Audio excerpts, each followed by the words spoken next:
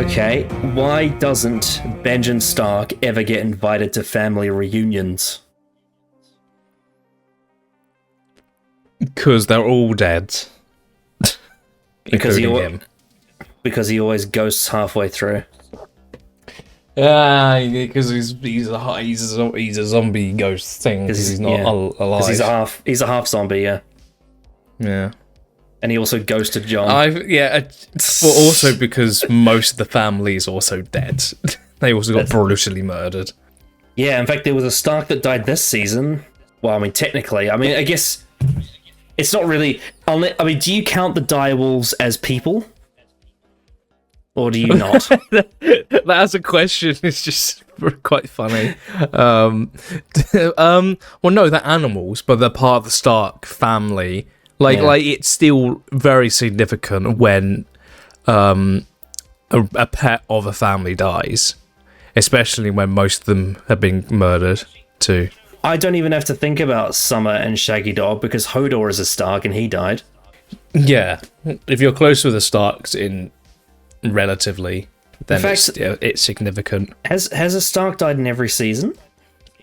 I would imagine so, surely. Did any Starks die in season 2? You had people die in season 2, a part of the Stark. Roderick Cassell. Yeah. And Maester Lewin. Yeah. True. If we count the extended family. Yeah. In terms of the actual Starks, it's probably not been every season. There's probably been at least one season where...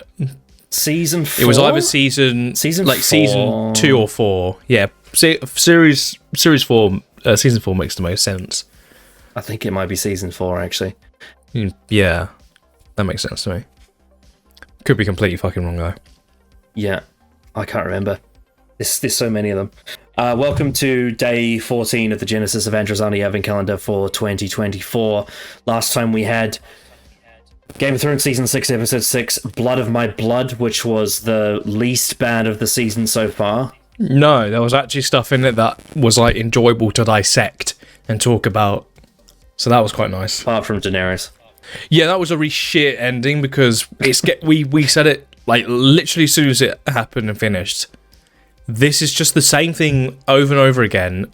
Almost every season has that kind of scene, and when you get to season 6, it gets a bit repetitive. When she still hasn't crossed the sea yet. She keeps saying to all of her army, all of the Dothraki, "Will you travel with me and take the Iron Throne? Yeah!" And you do that for 6 seasons. The best version of this speech in the show was actually given by Khal Drogo in season 1. He says all the same lines. Because like we mentioned last episode, it's actually been a couple months since we watched the season. Wasn't this season also where she burned down an entire building? That's in a Dothraki camp. Yeah, the Dosh Khaleen. Was like... So they've had 2 moments where it's just like, look how fucking cool Daenerys is. She's so fucking cool. And it's really shit. Yeah. It's the worst part of the season at the moment. As I said before, you're talking about that specific speech that we feel like we've heard so many times. The best version of that speech is the one Khal Drogo gave in season 1. That was, you mean awesome. Back when Game of Thrones was like really, really good? Yeah, back when like season 1 of Game of Thrones is like some of the best writing TV's ever had. Yeah. And now here we are. And it makes sense because it's not her saying it, it's Khal Drogo motivating his men because they're changing their ways, they're changing their way of doing things. So that's a significant moment in terms of the surrounding people and the Dothraki. So that also makes it quite significant and very important compared to her getting on a dragon. Jason Momoa's performance in that scene is like his best ever. It's amazing. Yeah, and now he's doing the Minecraft movie. Well, the magical mystery tour. The only thing that's good about that trailer is the Beatles. Everything else sucks. But it's so unfitting. It's just like, what? That trailer fucking sucks. Anyway, That trailer fucking sucked. your anticipation for the Broken Man. Well, this is written by the same person who did last episode. I believe so, yeah. Brian Cogman. I'm at the very least confident that this will probably be on the better half of episodes this season. Well, I'm hoping You say that, but remember what happened in season 5? He wrote 2 episodes in a row. Kill the Boy was one of the best ones, and then Unbowed and Bent Unbroken was one of the worst ones. Yes. That did happen. Yeah, that did happen. But with last episode setting up a couple things that with some decent like dialogue and some decent performances and decent little character moments, even in places I don't particularly like, other than everything to do with Daenerys, there is potential for things to get progressing and for characters to go in certain decision-making places that I'm intrigued by. You know, I'm really interested by Jamie at the moment. I think Jamie's had a really good time in the last episode. Yeah. Mm-hmm. And I think the little bits of Aya in the last episode, I found actually for the first time in like so many seasons, actually somewhat interesting. Since Hard Home, I'd say. That's the last time it was really good. Yeah. When she was doing, was it? The bloody, the clams and cockles and all that, with the guy selling the oysters. Yeah. Yeah, and even then that was like, okay, it wasn't great. But, yeah, I'm also expecting more stuff north, because it was lacking in north stuff last episode. So I'm expecting to see maybe the Wall significantly, because I don't actually know where they are at the moment in terms of the plot. You would have to remind me. So the plan is to confront Ramsay, but also Sansa has that little side plot with Littlefinger as well. Okay, yeah. So I'm expecting to see the Boltons, and I expect to see Jon, because that episode is going to be coming soon. The infamous episode that I know the title of, that I know is very popular, that's coming soon. So we kind of have to put things in place for eventually that to happen. Are you referring to the episode that has a 9.9 on IMDb? That is the episode I'm referring to. Yes. Oh boy. Well, yeah, I would imagine it's in 2 episodes' time, and after this we've got another episode, and then that to watch. So they have to put some pieces in places. That's the term. Well, I'm sure I don't have any opinions about that episode, do I? No, of course not. Best season ever, right? Well, according to people. I think there was you remember the racehorse meme, where it was talking about like the quality of the drawing was the quality of the show, like where on the horse's body it was. It was like I remember there was one where like the end of season 6 was like the flaming horse, like people were saying that's the peak of the show, and I'm just like, no, definitely not. Well, I haven't seen it, so maybe they're right. Maybe you're swaying me. Maybe it's better than season 1 and the Red Wedding and the Purple Wedding. Maybe I can't think for myself. Maybe it's better than Blackwater and Kiss by Fire and the Red Wedding and the Purple Wedding and the Watchers on the Wall. Mountain and the Viper. Shall we crack into the Broken Man? I guess we should. I guess. Oh yeah, you did mention there was a pre-title sequence scene. Oh, hold on. I have a feeling I know what this might be, but I'm not going to say just now, because I could be wrong. There's a character we haven't seen for a while. Since end of season 4? That I think this might be. That's Ian McShane. Oh, I know him. He's in things. He's a charismatic actor. Come on, get him moved. I've actually not seen him in a lot of stuff, but I know he's in a lot of stuff. He has very sparkly eyes. Oh yeah, fucking hell, yeah, I can tell. Yeah, I think we're about to... I'm very confident about what the character I'm about to see in a second. God, that was such an epic reveal shot for him. He's not dead. Somehow. Unless Yeah. there's a maester behind that rock. I can't wait for the scene where they reveal there was actually a mesa behind the rock. Would that be a scene that you have as like one of your rare before title sequence scenes? I'm not sure. I think they think that's more epic than it actually is. The Hound is a very popular character. I know he's a popular character, but he, in terms of the actual world, he's not that significant compared to everybody else. Yeah, I liked him in the first 4 seasons before the last episode of season 4, so... To be fair, it wasn't actually his character that was the issue, it was the plot. No, of course, yeah. He actually had some good dialogue in that scene. I mean, hey, the actor's great. Oh, yeah. Imagine this is the whole episode. Imagine if this was just the whole episode. Technically, it was a woman and a cliff. Yeah. And an unsurvivable fall. And a friend who didn't want to help him. So yeah, so when you think about it, it was actually a lot of factors. Also, what could she have done? I guess kill him? Yeah. And bone was coming through right there. Thank you for reminding me. To the gods themselves. It's just the desires that once drove me no longer do. Congress does You not must have require sex. desire on a woman's part. Oh, yep. Just let him rape you. And an unrepentant sinner. You must teach her the new way. As she taught you the old. Good luck with that. Or I fear for her safety. Move or talk. I want to speak with you alone. Dr. Nella has been my true friend and counselor. Oh, this is madness. She's whipped me many times. Out of love. You could use a good bashing. Grandmother, please. What have they done to you? You marched. I wouldn't read it just outside the front door.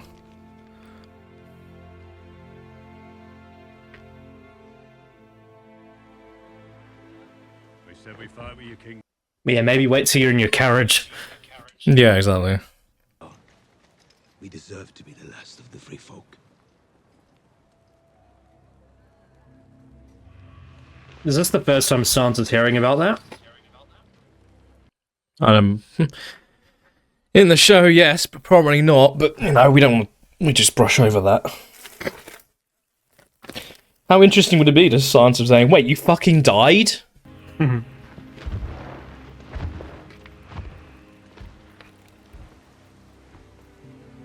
Also, what happened to Jon's brains? He doesn't seem as smart of a negotiator as he once was. I wonder if you're the worst person I've ever met. At a certain age. You can always trust the Queen of Thorns to have a banger scene. No. Oh yeah, that's right, Bron's still in the show. Not even...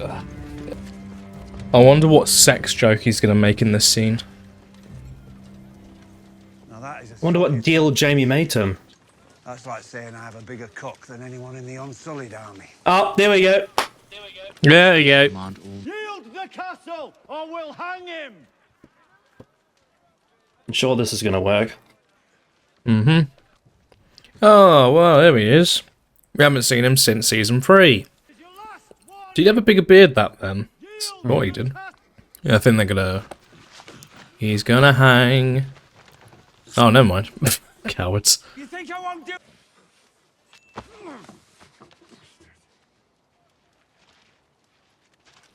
Jesus. Your mouth, but you kept talking. What do you think I'd do? I don't give a rap. I'm here by the king's command. Siege is now under my command.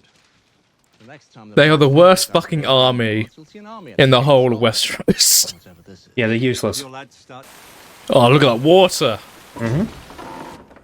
Well, back to Jon. What NPC dialogue is he going to come out with this time? Welcome to Bear Island.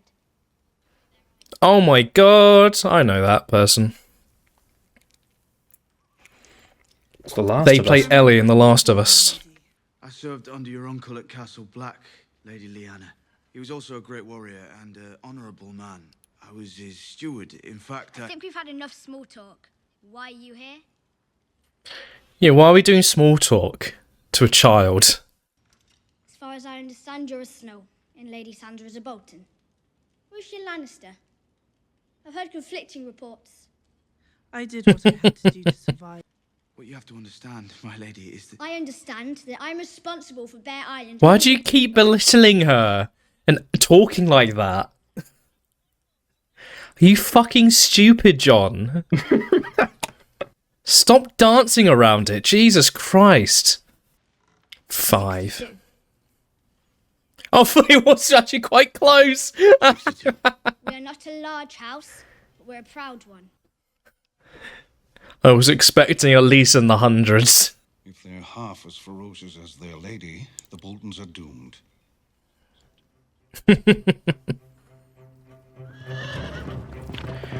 Yeah, when did John just become awful at talking to people when that was like... He was like really good at it in previous seasons. When he was resurrected, he's lost everything. Ever since he came back from the dead, he's lost himself. Yeah, but they're not addressing it. They're not addressing it. So it's like, does the writers actually fucking know? They kept buying. Why do they just keep like dancing around it and like keep acting as if? I know she's an actual child, but she's fucking God, John. He can't talk for himself anymore. So fucking stupid. He has to have other people tell him how great he is, how honourable he is. Anyway, time for the Chads to face off. Yeah, we can actually have a decent scene, I hope. Because this is quite a meaningful scene, actually. Do you wish to resume your captivity? Why are you here? You know, bargaining with oathbreakers is like building on quicksand. The war is over, sir. Why? That's a good line. As long as I'm standing, the war is not over. This is my home. I was born in this castle, and I'm ready to die in it. So you can either attack. I'm disappointed.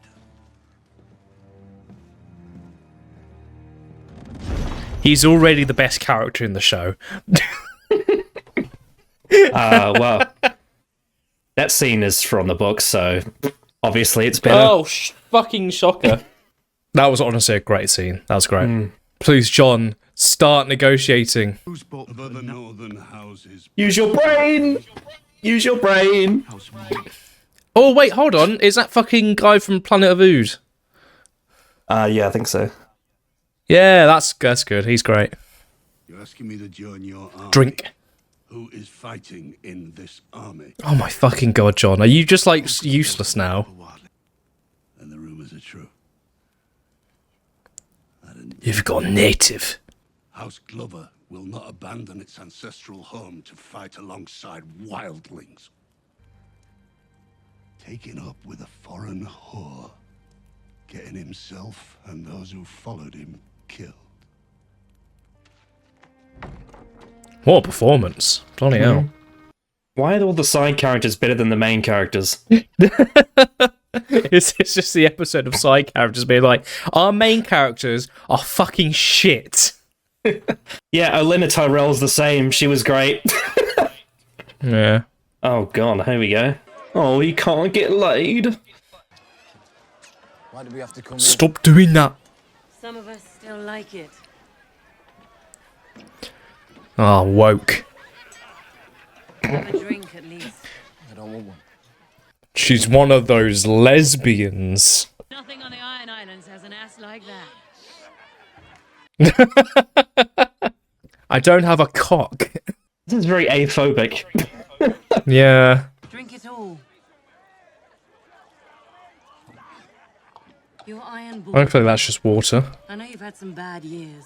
Bad years. But I'm tired of watching. Yeah, that's very putting it lightly. A few bad years.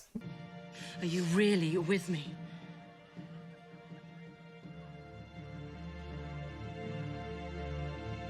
Dun, dun, dun, dun, dun, dun, dun. I'm gonna go fuck the tits off this one.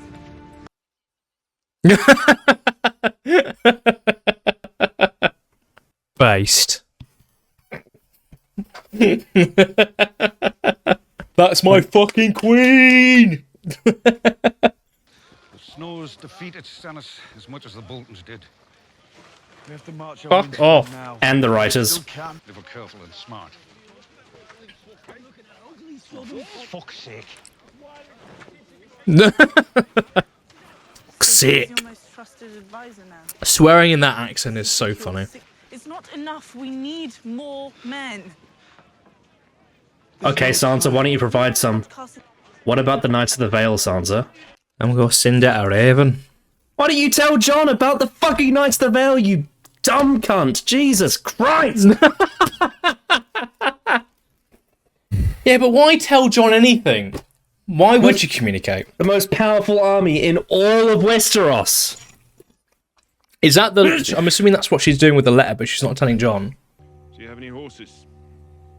No horses. No gold. No steel. The night is dark and full of terrors.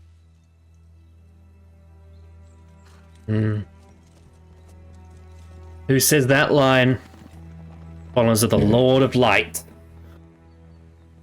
Which means the Brotherhood without banners, right? Mm-hmm. Can't afford it.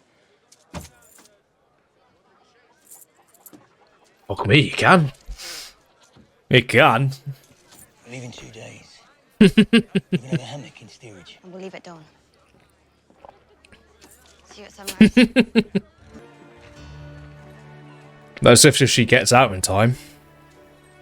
She's currently being hunted down.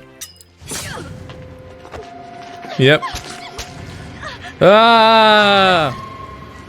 I mean, I know it's her.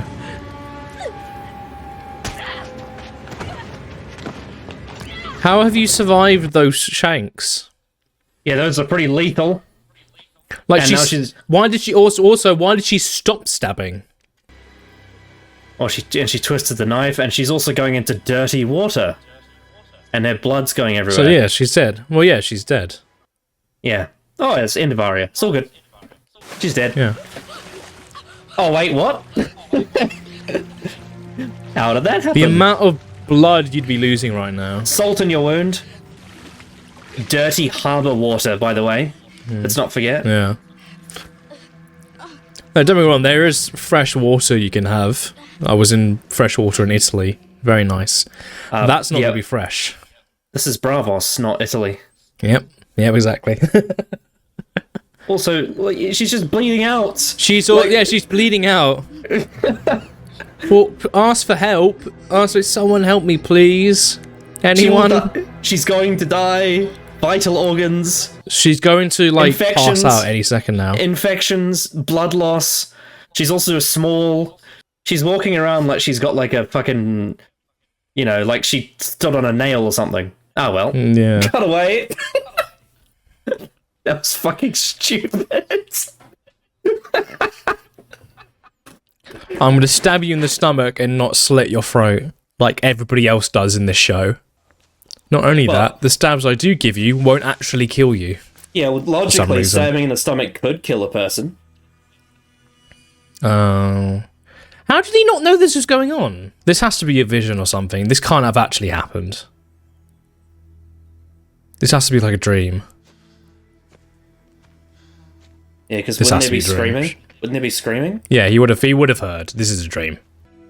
It has to be a dream. This cannot be real. How would he not fucking know what's going on? How would he have not heard? Did he have his AirPods in or something? No, you cannot tell me this actually fucking happened. Noise cancelling headphones? No, are you fucking serious? How does he not fucking know this happened? He could not have been that far away. Oh my fucking god, that's how you get him back in the fight. Oh my god, that's dumb. That is so stupid. How would he not fucking hear anything? He would not be that far. He could be like 3 miles away. He would have heard screaming and bloody murder. Where did he go? Where did he go? Just down the road. Ah!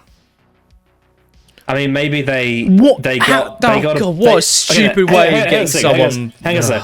What if they got the amount of like they got archers in the numbers that required to shoot every single person all at the same time, dead? Well, they had to no, because they hung someone as well, and many of them were killed by axes. That's true. There were people with axes in their stomach. No, they threw a grenade. Oh no, but he would have heard the explosion. We're talking about Westeros. You think they have grenades? Well, technically, the children of the forest have grenades. That's two episodes in a row with a really shit ending. By the way, it's some of it was all right. There were it's not as good as last episode. There was a couple of good scenes. Also, there is a single woman screaming, but I don't know why he's that far. And they all were all killed and then left. They all disappeared. Didn't very remember. Quickly. Also, the guys that killed them don't remember the guy with a fucking burnt face. How would in that scene? Surely they would have noticed that single person. They know who he is as well. They know who he is because it's fucking massive person with a fucking massive face burn. More than that, they know who the Hound is. It's the Brotherhood without banners. They've met him before. And also, he couldn't have been that far away, and they all get killed and then hung that quickly for him not to have got there and seen any of it. They all die and all dead, seemingly for at least a little bit, because he was blue in the face and hung. Yeah, the episode was, all in all, extremely mixed because there were a lot of really stupid characters and stupid moments, but also there were actually some scenes that were like high quality, great acting and dialogue. One scene in particular. Yeah, it's a bit volatile, isn't it? And again, this being the way to have the Hound come, I guess you could say, out of retirement. It's just so stupid. Crown Jewel it's 2018. So dumb. Yeah, he's like, what? Why is he out that far? And I say, they all come in, women screams. That's what the subtitles say, so I'm going with the subtitles. So you know what's interesting is that the conversations that Brother Ray and Sandor actually had with each other were quite interesting. There was a lot of very, quite interesting, some philosophical discussions. There was relation between pacifism and self-defense. There was, the whole thing about, there's always time for redemption. The god, surely the gods will punish me, and they're like, yes, they've already punished you. You're burnt in the face, you fucked up your leg, you're alone and depressed. Like, they've already punished you for what you've done. It's like there's so many interesting things. The acting's great, but then anything to do with the plot is utter disastery trash, because they don't. The best explanation they give for why the Hound survives that ridiculous fall in season 4 is because the gods have plans for him, which. And then the Brotherhood without banners comes, see him, don't kill him. They all die while he's nearby, and he only hears one small scream, goes over, they're all dead, and they've all disappeared. Like, it's just, it's so ridiculous. They've not checked to make sure there weren't any like lingering survivors or anything, like just in case. Again, they also insinuating that not only have they killed them, but they've stolen their food and their steel. The one good line from that whole section that I thought was like really, really cool was, "You don't." Let me get the line, because the good responses are great. Violence is a disease. You don't cure a disease by spreading it to more people. And then Hound says you don't cure it by dying either. I thought that was a really cool line. Yeah, because it's pacifism versus self-defense. Exactly. Yeah. Using disease as the sort of really good metaphor. That was a real dumb ending. Really stupid. Honestly, more annoying than the last episode, because at least with the last episode, it's like, at most, it's just recycling shit. This is just fucking stupid. This is just really stupid, and the convenience of it all, it's just real fucking dumb. Yeah, you've got women and children dead. You've got Like, how long was this, like, I guess not a battle, it's a slaughter. And how far would he have had to go to not get here in time to at least see people getting murdered? Like, they had to hang this person. They had to set up him getting hung. They had to climb up and set up the rope and everything. God, it's fucking dumb. Bit of context. Brother Ray, the character that Ian McShane played, is kind of sort of an adaptation of a character from the books called Septon Meribald. And I mentioned before, remember last episode when talking about Randall Tarley, Brienne meets him and he's, very disapproving of a female trying to be a knight because that's just wrong, for women to do that. So obviously one of the themes of Brienne's story in A Feast for Crows is the sort of feminist aspect of being oppressed by men and rising above it. But one of the other aspects of her chapters, and especially that book as a whole, is seeing the sort of, the aftermath of war and everything that happens as a result of it, because obviously A Storm of Swords, and that being in the show's seasons 3 and 4, and even bits before that, you see a lot of death, the Red Wedding, you see, all sorts of wars around that part of the world near the Riverlands and sort of near the Eirich, near the north. A lot of seeing the aftermath of war is a big part of Brienne's story, traveling through that area. And she meets a Septon who is very similar in characterization to Brother Ray from this episode. And there is a speech that this character gives that I want to read to you because it's such an amazing scene. It's Brienne and Podrick. So Podrick says, "Sir, milady is a broken man and outlaw." And that's where the title of this episode comes from. She says, "More or less, Brienne." And then Septon Meribald disagreed.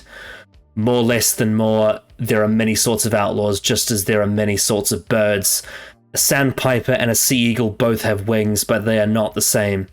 The singers love to sing of good men forced to go outside the law to fight for some wicked lord.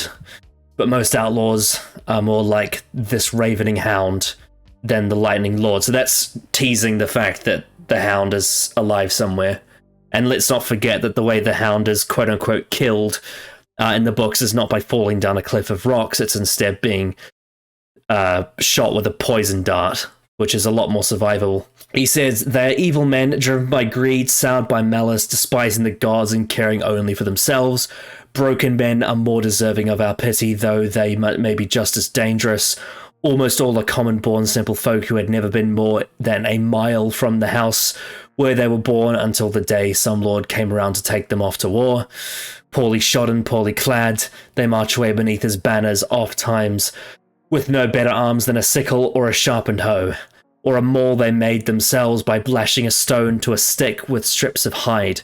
Brothers march with brothers, sons with fathers, friends with friends.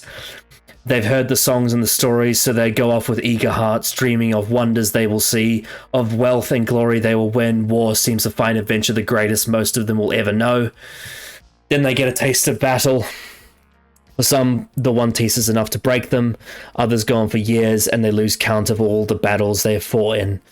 But even a man who has survived 100 fights can break in his 101st. Brothers watch their brothers die, fathers lose their sons, friends see their friends trying to hold their entrails in after they've been gutted by an axe.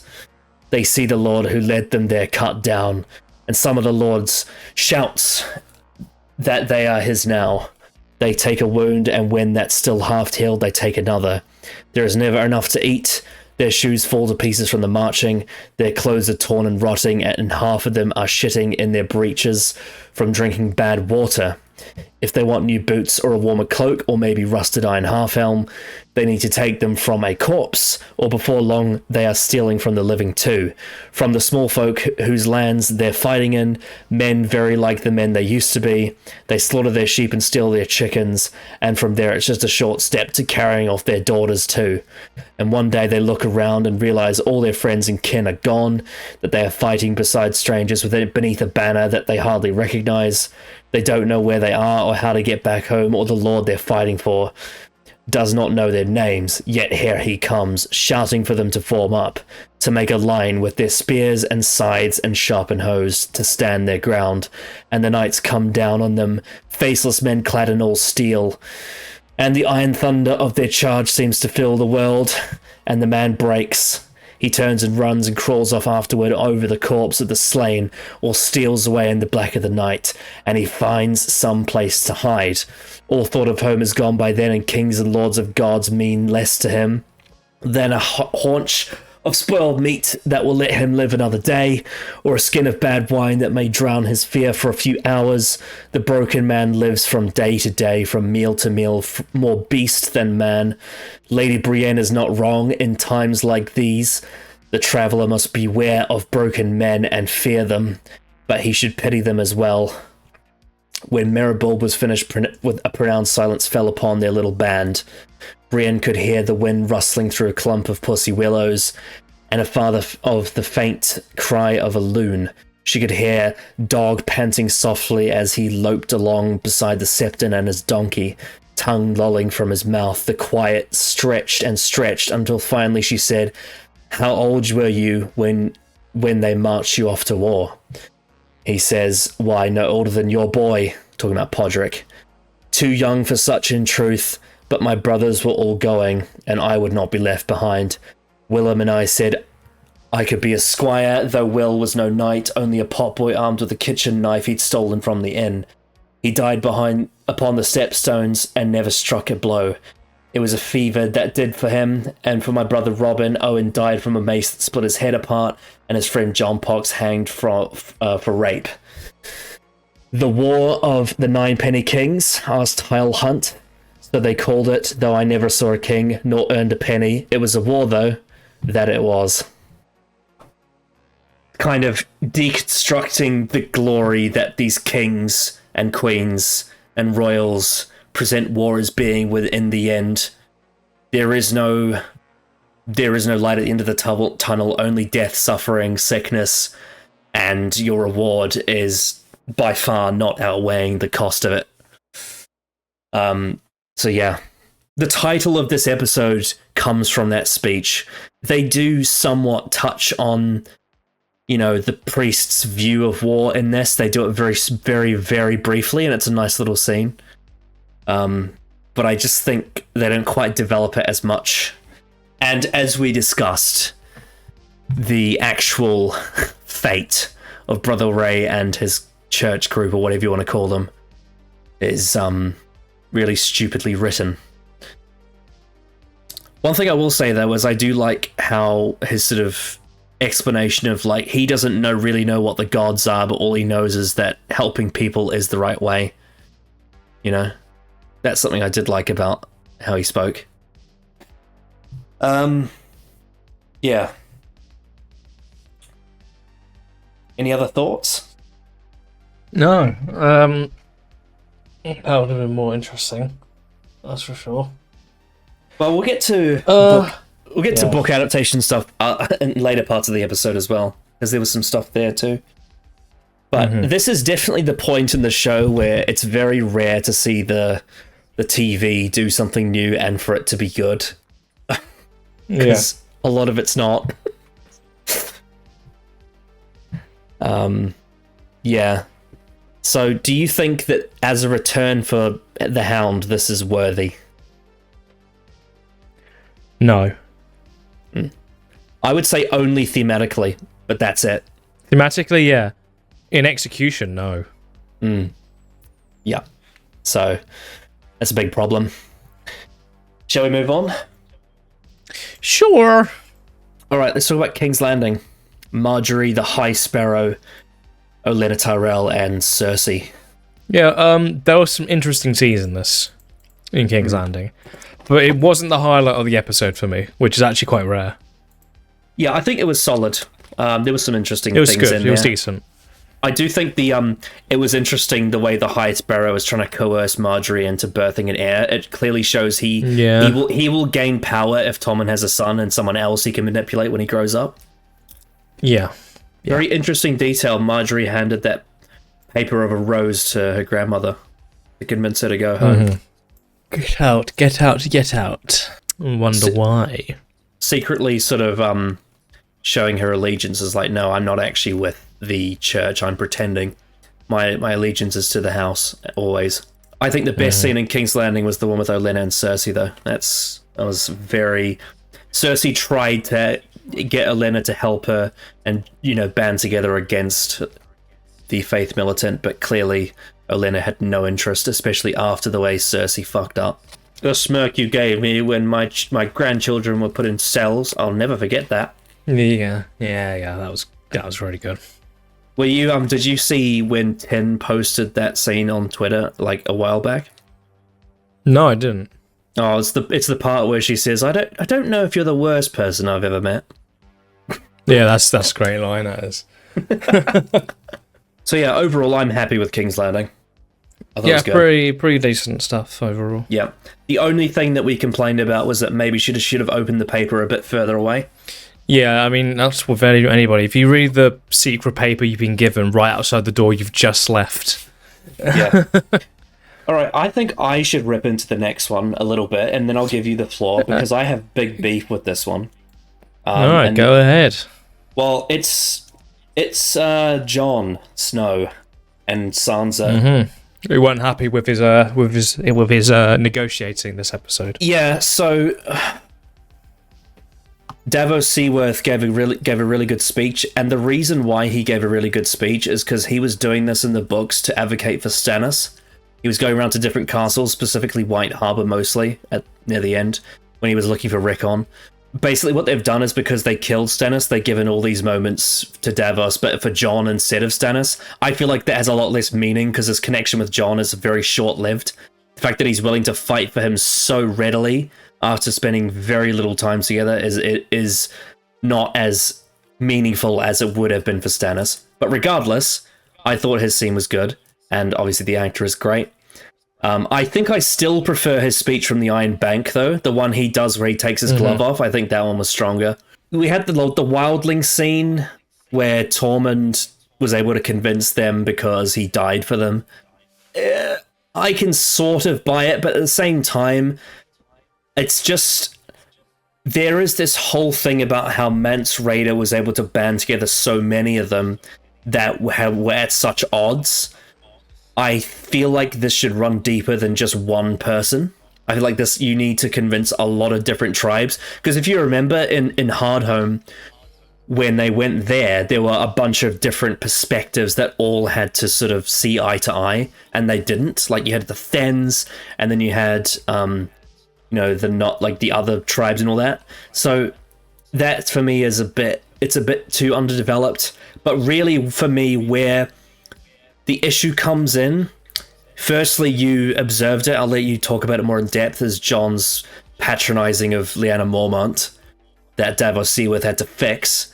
Obviously, with the scene with Robert Glover, that kind of works to have Jon not be able to speak on behalf of himself, because he genuinely can't argue against that point that Glover made, even though he is being very cruel about the Red Wedding.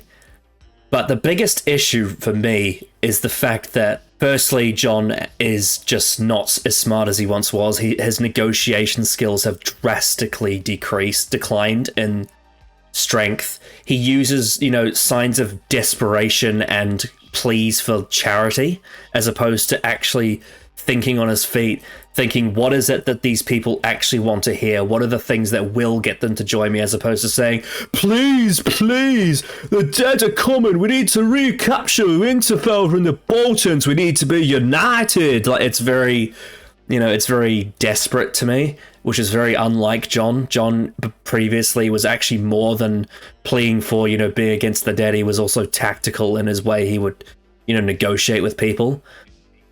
And in some ways, he used to be more selfish than he is now, which is, again, something that goes against him. But the biggest problem for me is the fact that Sansa isn't telling Jon that Littlefinger has control of the Knights of the Vale, because they are a very powerful army that could be very helpful for Jon. And I don't understand why she feels apprehensive to tell him. Like, what is the reason why she would hide it from him? Fucking hell, he was real just weak in this episode. He just couldn't negotiate himself out of a barn. Like, Christ alive. Why? It's just everything about it. He just can't fucking negotiate with anybody. He's lost all of his, skills as a talker. now everybody else is just gaining armies for him instead of on his own, and it just makes him an extremely weak character of people talking about all the things that he's done in the past, but he can't speak for himself, even though that was a thing that he's very good at, like from the previous seasons. It's just they've completely butchered him and taken away any sort of skill he used to have, and it's really frustrating to watch. Remember in season 2 when he kills Corin Harfan to gain the wildling's favor, and then in season 3 he negotiates with Mance Rayder, who's one of the smartest men in the world, and all the scenes with Thorn and Jane Slint, like there's so many examples of it. And then obviously when he has to argue with the wildlings at Hardhome, his ability to be convincing is just completely gone. And as you said, if they were actually addressing the fact that his resurrection is broken down his ability to negotiate, then you could probably understand it more, but they're not addressing it. It's very not self-aware. If only she communicated with John properly instead of just saying we need more. Also on screen, this is the first. Yeah. On screen, this is the first time she heard about John stabbing. No reaction. So I guess we're not going to talk about that. I guess Tim McInerney, however you pronounce that, he was great. Really enjoyed his performance. Great at explaining why he used to be aligned to House Stark and now he feels betrayed because Robb Stark married Talisa, which again, married a foreign whore. And that was Robb's mistake, Yeah. He's not wrong in the fact that he made a massive mistake for what he wanted and what he believes in, but it did get him and everyone else he loved killed. And that's the part that's biting John, is he can't make excuses for Robb's mistakes. Yeah, you can't argue that. Yeah, and along with just really good performance, which was really memorable. Oh, he's just a shadow of what he used to be at this point. We need more men.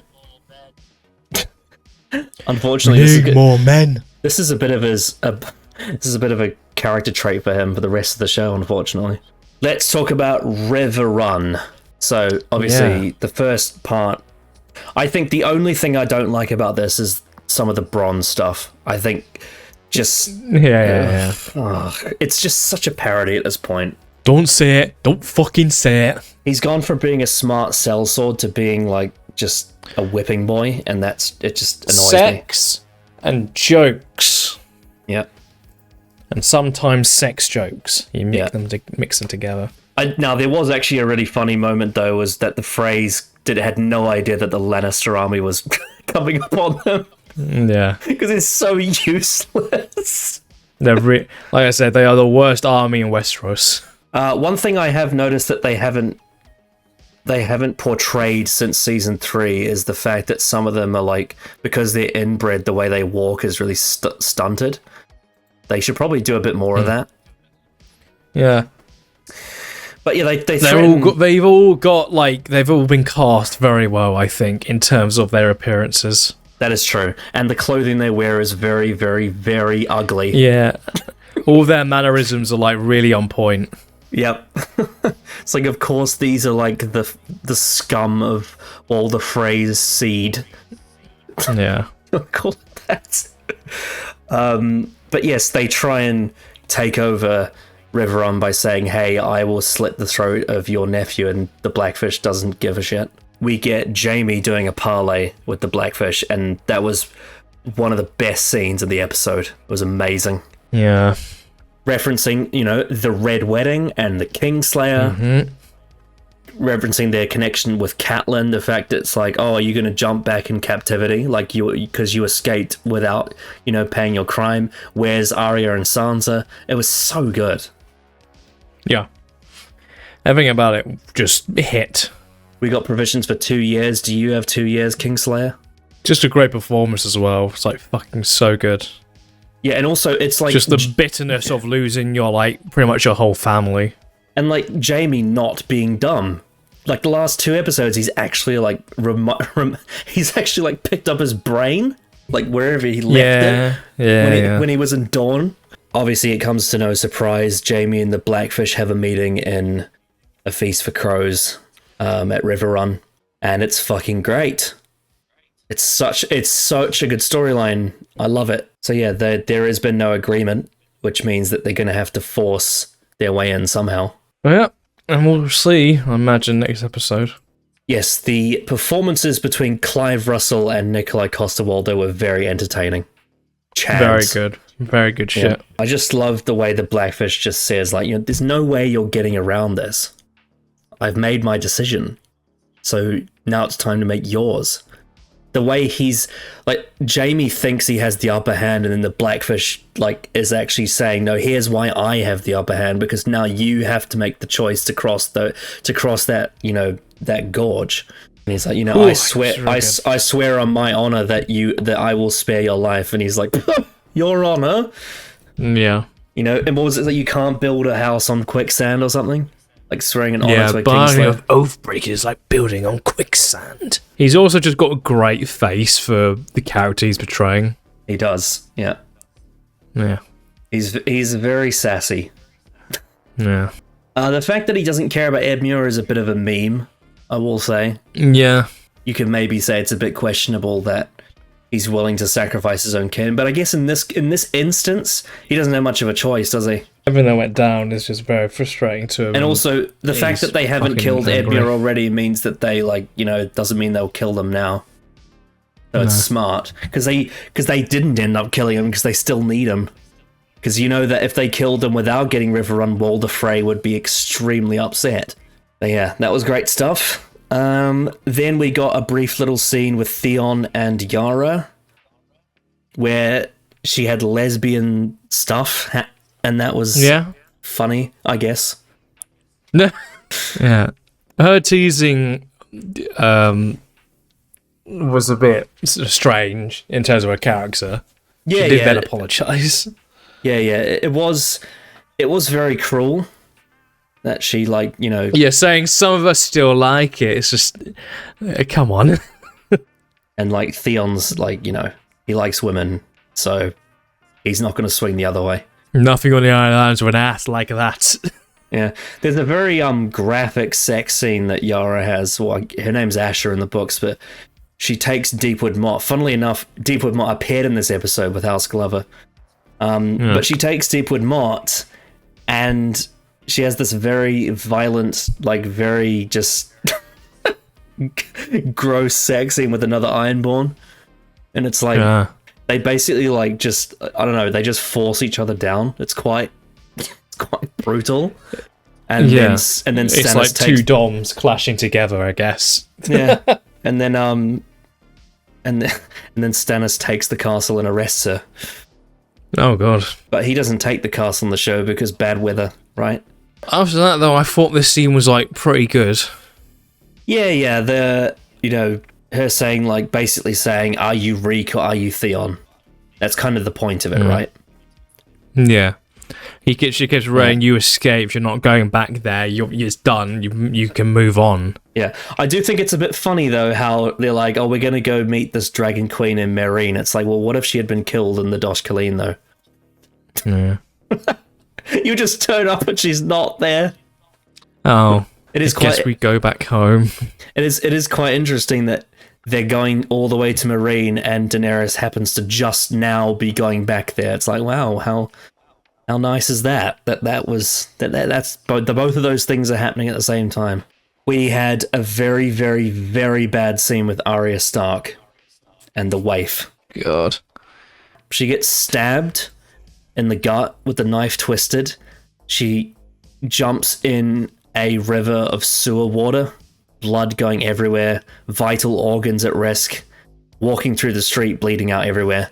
I think this is possibly one of the worst examples of plot armor in the show. Would you agree? Oh boy, yeah. Not only that, she slashes her belly as well. Yeah. It's just God.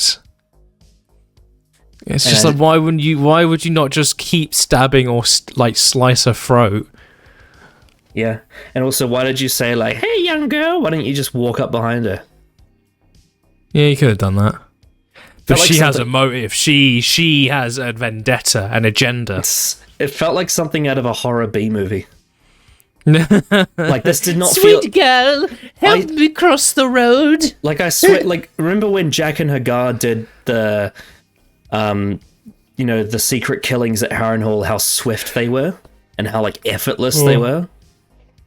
This is just, like, comic, like, it's comedically done in this sense.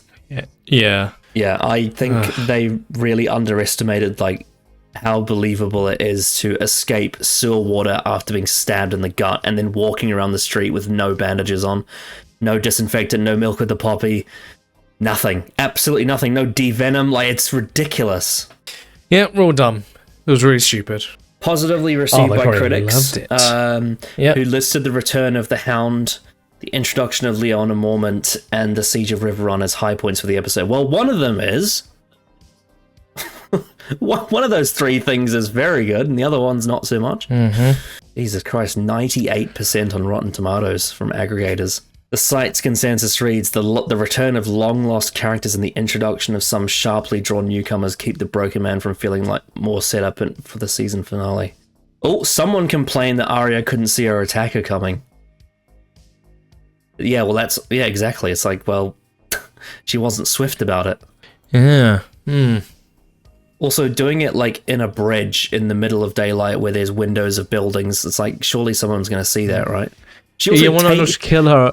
She also has said she's going to be leaving at dawn, so... She also takes her mask off in public.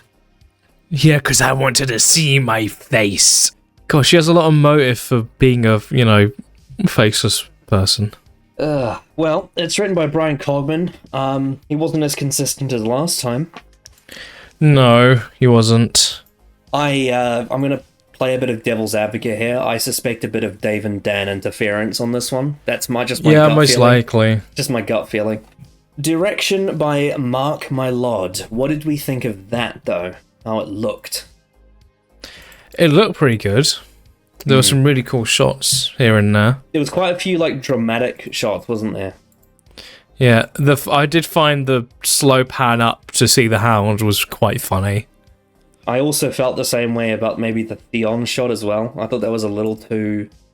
felt very Spider-Man to me, which I don't know if that works for the tone of this scene. Maybe it does. I will say, what's it called? Bear Island looked great with the waterfall and everything. That was awesome. Nothing too spectacular though. Definitely more character-based. No, just still pretty solid stuff. And also all the camera shots on Robert Glover worked very well, I think, for the scene. Music by Raymond Javadi. The Theon Iron Islands theme was used. I remember that. That's the one thing I remember really strongly, actually, from the music. That when she asked, are you Theon in there? And then it plays his theme. That was quite cool. Shall we listen to some tracks? I guess we should. Yes. So, I struggled a bit with this one, and I think it's possibly because there wasn't that much music in the episode anyway. It was pretty on the low end. So instead I've gone for themes from other episodes in the past. Firstly, we have I Choose Violence, which is the Mountains theme.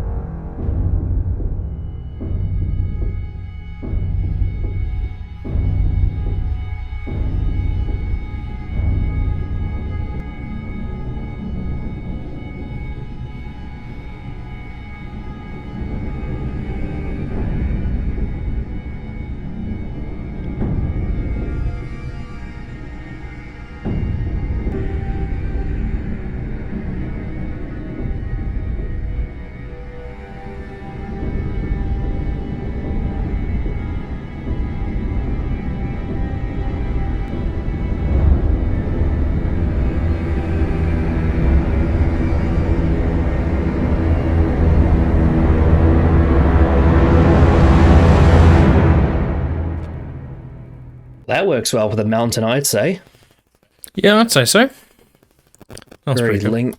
lingering and threatening. Perhaps that is the reason the gods saved the Hound, because the fans online wanted Clegane Bowl. Hmm. Yeah. The second track we have to listen to is called Hodor.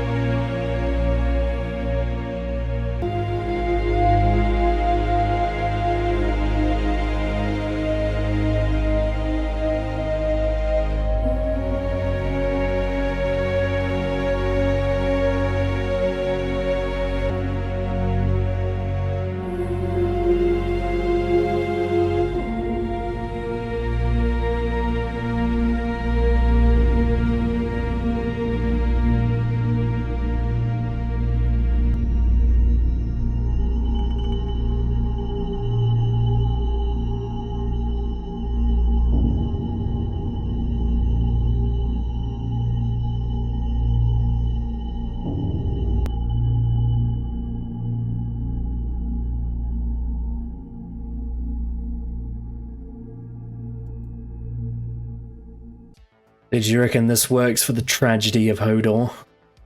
I would say so. I think it works relatively well. Feels like a funeral. Yeah, it's a very good. Yeah. Yeah, we talked about that mostly in the episode 5 review, I think. And Bran downloaded all the Wi-Fi. That Dalek has downloaded the entire internet. So, viewership, if you remember, the previous episode was during a Memorial Bank holiday.